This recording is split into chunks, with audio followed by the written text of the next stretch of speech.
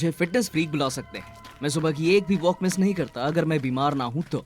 मैं अपने कुत्ते बजो को मॉर्निंग वॉक्स पे लेके जाता हूँ। बजो गोल्डन कलर का कॉकर स्पेनियल है। जिसके पास डॉग्स हैं उन्हें पता होगा कि ये ब्रीड कितनी फ्रेंडली होती है। ये बहुत चंचल और खुश मिजाज कुत्ता है और इसे भागना बहुत पसंद है। वैसे तो मैं सिटी पार्क में जॉग करने के लिए ड्राइव करके जाना पसंद करता हूँ, पर आजकल इस जगह पे बहुत भीड़ होने लगी है और मुझे अपनी सुबह शांतिपूर्वक पसंद है, तो मैंने दूसरे पार्क जाना शुरू कर दिया जो शहर के बाहरी इलाके में है। मोस्टली सुबह को पार्क पूरा खाली रहता था। वो सर्दियों की एक धुंधली सुबह थी जब मैं अपने घर से सुबह 5:30 बजे निकला। बस वो गाड़ी में पीछे बैठा हाईवे राइड को एंजॉय कर रहा था। करीब 6 बजे हम पार्क पहुंचे। पार्क लकड़ी के फेंस से कवर्ड था। खराब मेंटेनेंस की वजह से फेंस कई जगहों से टूटी हुई थी। पार्क के एंड में हाइकिंग का रास्ता बना हुआ था जो जंगल की तरफ जाता था। मैंने अपनी गाड़ी पार्क की और बजो के साथ उतर गया। मैंने उसका पट्टा खोला और हम भागने लगे। बताने की जरूरत नहीं, पर उस समय बहुत ठंड थी तो हमसे जितना तेज हो रहा था उतनी तेज भाग रहे थे। बजो और मैं हमेशा सर्कल्स में पूरे पार्क को कवर करते हुए भागते थे। उस तरह से 10 मिनट भागने के बाद मेरी बॉडी में गर्मी आने लगी। आसमान में घने बादल छा गए थे। पार्क के अंत में घना जंगल मुझे बहुत आकर्षित कर रहा था। माहौल में पूरी तरह सन्नाटा छाया हुआ था। मुझे सिर्फ हवा की आवाज आ रही थी। हैरानी की बात है कि उस दिन एक भी पक्षी चहचहा नहीं रहा था। ऐसा लग रहा था जैसे हम लोग ही वहां जीवित लोग थे। बजो मेरे आगे भाग रहा था कि अचानक उसने एक लकड़ी का टुकड़ा उठाया और मेरी तरफ भागता हुआ आया। उसे कैच खेलना पसंद था तो मैंने उसके मुंह से लकड़ी का टुकड़ा उठाया और फेंका। ये लो बजो। वो भागा और उसे फिर से उठा लाया। हमें वहां अकेले मजा आ रहा था। वो शायद तीसरी बार था कि मैंने लकड़ी का टुकड़ा फेंका, पर हैरानी की बात है कि बजो ने उसे देखा तक नहीं, बल्कि वो पार्क के एंड में देख के भौंकने लगा। क्या क्या हुआ बेटा? वो उन घनी लकड़ियों को देख के भौंक रहा था। पहले मुझे लगा कि शायद उसे कोई जंगली जानवर दिख गया होगा। मैंने देखने की कोशिश की पर धुंध की वजह से कुछ ठीक से दिख नहीं रहा था। मैंने उसे खुश किया और लकड़ी का टुकड़ा उठाने को कहा, पर वो अपनी जगह से हिलना भी नहीं चाह रहा था। वो वहां देखकर सिर्फ भौंके ही जा रहा था जैसे उसे किसी ने डरा दिया हो। हार कर मुझे ही जाके वो लकड़ी का टुकड़ा उठाना पड़ा। मैंने जैसे ही चलना शुरू किया बजो मेरे पीछे आने लगा। मैं उसे उठाने के लिए झुका ही था कि अचानक बजो बहुत अजीब तरह से घुर्राने लगा। अब जैसे मैंने पहले बताया, वो बहुत ही शांत और खुशमिजाज कुत्ता है। मैंने उसे ऐसे बिहेव करते कभी नहीं देखा था। वो घुर्रा रहा था जैसे वो जंगल में किसी चीज पर हमला करने को तैयार हो।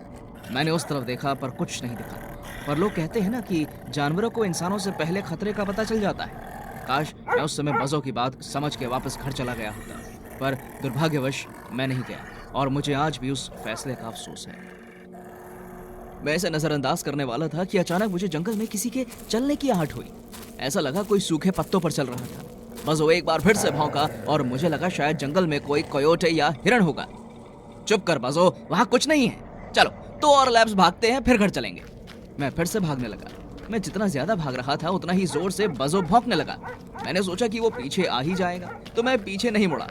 बजो के भौंकने की आवाज कम होती चली गई और फिर वो बंद हो गई। आखिरी लैप बेटा, मैंने कहा और अपनी स्पीड बढ़ा दी, ये सोचते हुए कि बजो मेरे पीछे भागता हुआ आ जाएगा। वो मेरे साथ ऐसा खेलना पसंद करता था तो मैं उसके भाग के आगे आने का वेट कर रहा था, पर ऐसा नहीं हुआ। मैं रुका और पीछे मुड़ा। मैंने अपने आप को उस धुंध भरे पार्क में अकेला खड़ा पाया। बजो कहीं नहीं दिख रहा था। बजो, बजो कहाँ हो तुम? मैं उसे बुलाता चला गया पर वो एक बार भी नहीं भौंका।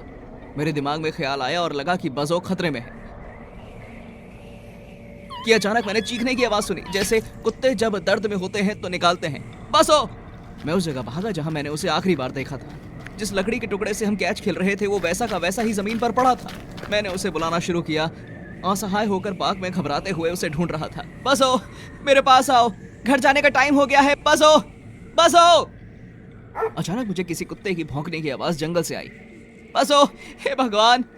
मैं उसी समय उस फेंस से कूदा और जंगल में भागने लगा। बजो, आओ बेटा चलो। फिर से भौंकने की आवाज आई और मुझे पक्का पता था कि बजो कहीं छुपा हुआ है। शायद वो किसी गिलहरी के पीछे जंगल में भागा हो। बजो, बजो! मैं वहीं का वहीं जम गया। मेरा दिल डर के मारे चलना बंद हो गया। फिर मैंने जो देखा उसे मैं कभी भी भुला नहीं सकता। मेरा प्यारा बजो एक बड़े ओक के पेड़ के नीचे पड़ा था।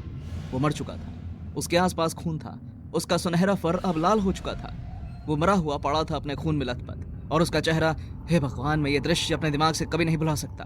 किसी ने उसका छोटा सा चेहरा पत्थर से कुचल दिया था। मैं वहां बुत की तरह खड़ा हुआ सोच रहा था कि कैसे रिएक्ट करूं कि तभी एक कुत्ते के भौंकने की आवाज पीछे से आई। ये वही आवाज थी जो मैंने कुछ पल पहले बजो की आवाज सोच के सुनी थी, पर बजो तो मर चुका है, फिर मेरे पीछे कौन भौंक रहा है? मैं धीरे धीरे पीछे मुड़ा। मेरी नसों में खून बर्फ बन चुका था। मैं डर के मारे पसीना पसीना हो गया था और बस रोने ही लगा था। जैसे ही मैंने पीछे देखा, मैंने एक डरावना सा आदमी पेड़ के पास खड़ा मुझे स्माइल करता दिखा। उसकी मुस्कान में कुछ तो ऐसा था जिसकी वजह से मुझे बहुत नफरत हो रही थी और डर भी लग रहा था। मुझे लगा जैसे किसी ने मुझे कूड़ेदान में फेंक दिया और मुझे जो दिख और सूंघा जा रहा था वो बहुत गंदा था। फिर उस आदमी ने मुस्कुराना बंद कर दिया और एक कुत्ते की तरह भौंकने लगा। उसकी आवाज इतनी विश्वसनीय थी कि कभी कोई पहचान भी नहीं पाई कि वो आवाज एक आदमी में से आ रही थी। तभी मेरी आंखें उसके हाथ की तरफ गई और मैंने एक खून भरा पत्थर देखा। मुझे कोई शक नहीं था कि उसने उससे बसों का सर फोड़ा था। फिर वो जमीन पर बैठ गया जैसे कोई जानवर हो और फिर एक आखिरी बार भौंका और फिर वो मेरी तरफ भागता हुआ है जैसे कोई कुत्ता तेजी से भाग रहा हो। मैं चिल्लाते हुए अपनी जान बचाकर भागने लगा। मैं फेंस कूदते हुए जमीन पर गिर गया और मेरी एंकल पर चोट लग गई, पर किसी तरह मैंने अपने आप को उठाया और गाड़ी की तरफ भागने लगा। मुझे नहीं पता मैं उस दिन घर कैसे पहुंचा। अगले दिन मैं पुलिस के पास गया और उन्हें सब कुछ बता दिया। मेरे और मेरे प्यारे कुत्ते के साथ क्या हुआ यह सुनने के बाद एक पुलिस वाला बोला, तुम पहले इंसान नहीं हो जिसने उस बाघ की ऐसी घटना को रिपोर्ट किया है। हमें और भी लोगों की कई कंप्लेंट्स आई हैं जो अपने पेट को लेके या जॉग करने उस पार्क में गए थे। उन्हें भी अपने पेट्स उसी पेड़ के नीचे रहस्यमयी स्थिति में मरे हुए मिले। उन लोगों ने भी हमें यही बताया कि एक डरावने से दिखते पागल आदमी ने उन्हें मार डाला और फिर उनके पीछे पागलों की तरह भागने लगा। हमने उस पार्क में कई बार छानबीन की पर हमें कोई नहीं मिला और जंगल भी बहुत घना है, तो पूरे एरिया की छानबीन करना बहुत ही ज्यादा मुश्किल है और किसी टास्क फोर्स के बिना नहीं हो सकता। मुझे पता था कि पुलिस इस केस में ज्यादा कुछ नहीं कर पाएगी, पर हर रात मैं वो बुरा सपना देख के अपनी नींद से जागता हूँ जहाँ मेरे प्यारा बजो खून में लथपथ मरा हुआ जमीन पे पड़ा है और वो पागल आदमी उसकी लाश के पास बैठा उसे कच्चा खा रहा है जैसे कोई